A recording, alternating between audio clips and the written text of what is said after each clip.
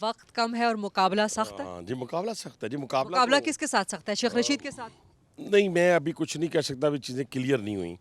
ابھی دیکھیں نا ڈفرینٹ پارٹیز ہیں، ان کے کینڈیڈیٹ کلیئر نہیں ہیں. صرف پاکستان مسلم نواز کی طرف سے ہے بس کہ 57 سے وہ دانیال چودھری صاحب لڑ رہے ہیں، ادھر سے میں لڑ رہا ہوں. باقی جو ابھی جتنے پارٹیز کے کینڈیڈیٹس ہیں وہ ابھی سامنے نہیں آئے. لیکن میں کہتا ہوں جی کوئی آ جائے سامنے، مقابلہ سختی ہو سمجھ کے آپ نے لڑنا ہے. اگر آپ کو نہیں جی نہیں میں جیتا ہوں تو پھر جیتا نہیں جا سکتا. اچھا، نون لیگ کے مخالفین تو کہتے ہیں کہ اس دفعہ نون کے ساتھ مقابلہ کرنا بڑا سخت ہے، بڑا ڈاڈا ہے، کیونکہ نون کی تیاری یہ ہے کہ ساڈی گل ہو گئی ہے. اچھا یہ گل میں پھر وہی کہتا ہوں کہ کیا پرائم منسٹر جو ہیں نواز شریف صاحب چوتھی مرتبہ نوٹیفیکیشن کے ذریعے بننے جا رہے ہیں؟ اگر تو نوٹیفیکیشن کے ذریعے بننے جا رہے ہیں تو پھر ہماری گل ہو گئی ہے. سن لیں.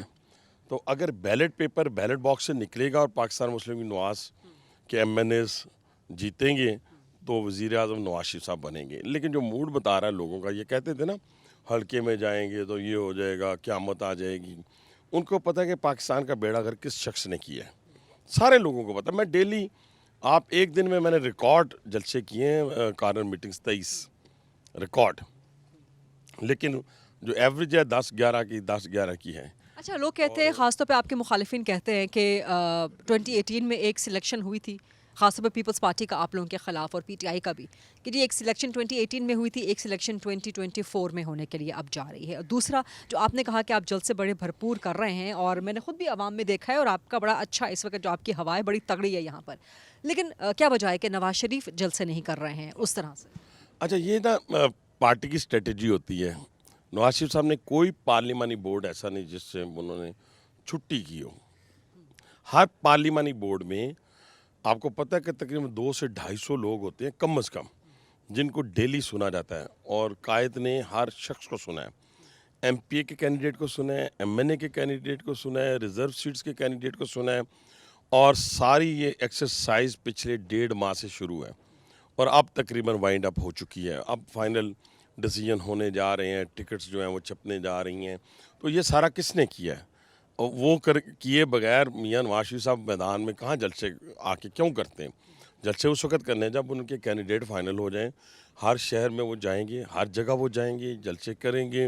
لیکن اب 30-35 دن مشکل سے رہ گئے ہیں، 8 فروری کو تو الیکشن ہے، تو کیا یہ ٹائم کافی ہوتا ہے کہ آپ جلسے کر سکیں لوگوں؟ وہ تو پھر الیکشن کے لیے بھی کافی نہیں ہے. دیکھیں نا کون سا نیشنل اسمبلی کا الیکشن ہے جو 30 دن میں ہوتا ہے یا 35 دن میں یا 40 دن میں ہوتا ہے.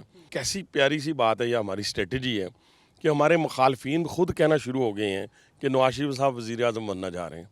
تو آپ لوگوں میں دیکھیں نا کیا لوگوں کو جو 19-20% سائلنٹ ووٹ ہوتا ہے وہ بھی ہمارے ساتھ چل پڑا ہے. وہ کہہ رہے ہیں کہ حقیقی ووٹوں سے نہیں بن رہے، آپ لاڈلے ہو کے بن رہے ہیں. ایک تو یہ چیز، اور 2018 میں جو آپ نے برداشت کیا الیکشن سے چند ہی دن پہلے آپ کو جس طرح اٹھا لیا گیا، کیسز میں آپ کو بند کر دیا گیا.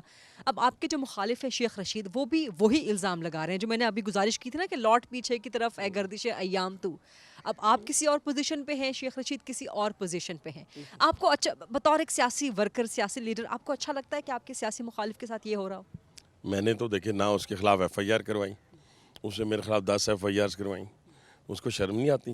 میں لفظ استعمال نہیں کرنا چاہتا تھا.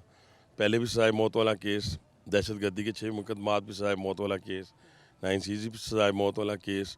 تو میں نے تو ایک ایف آئی آر نہیں کروائی.